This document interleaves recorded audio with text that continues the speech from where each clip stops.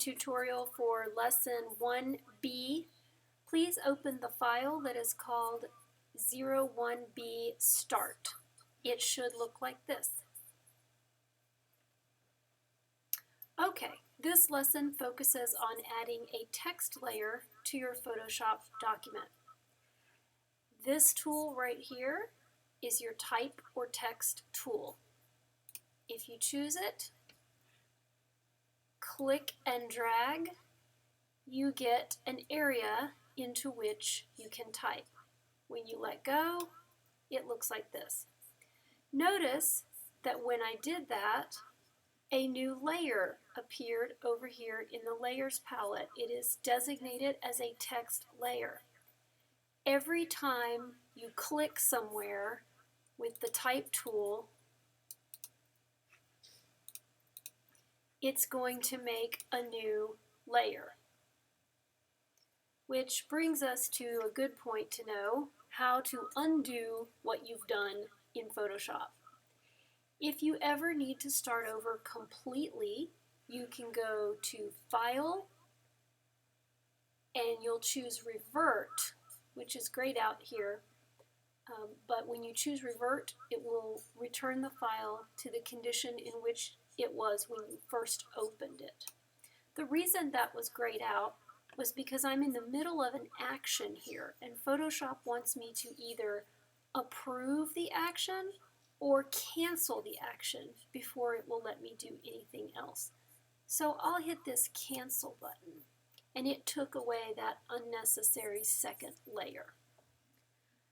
To step backward, you can also go to Edit, Step Backward, or Command Z.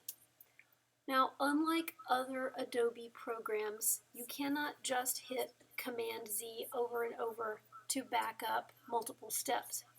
You have to do Option Command Z in order to go back more than one step.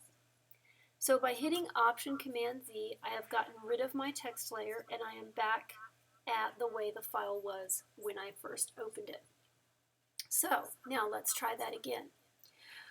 Looking at your tools here on the left, you can see that when you choose the text tool, you have certain options here across the top. This is called your options bar.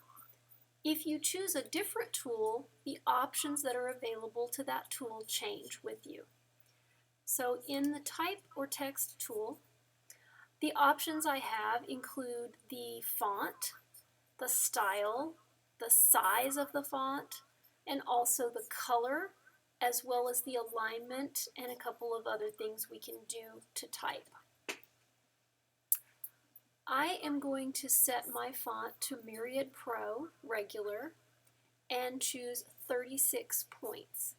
You do not have to choose the same font, but you should choose roughly the same size. I'm also going to choose this bright color.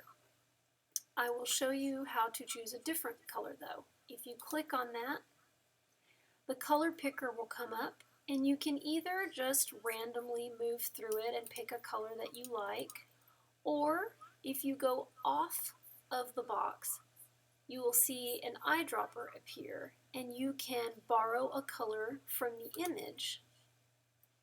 When you click it with the eyedropper, the picker will offer you a similar color, which you can then say OK to if you like. I know that this hot pink will show up nicely against my background, so I'm going to go with a hot pink.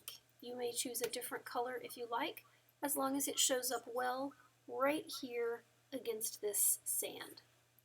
So I'll click OK, and you'll notice that my box up here in the options bar is the hot pink color, and also my foreground over here in the toolbar has changed to that same color. Now with my type tool selected, I'm going to click and drag above the park bench and get my type area. When I let go, it looks like this.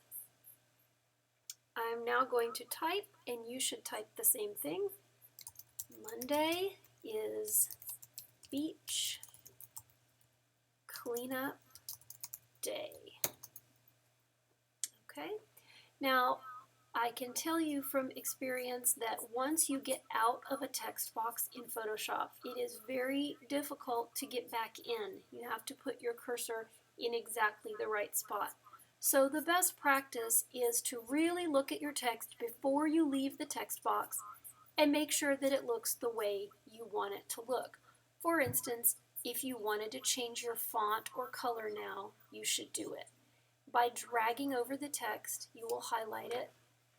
You can go here and change your font.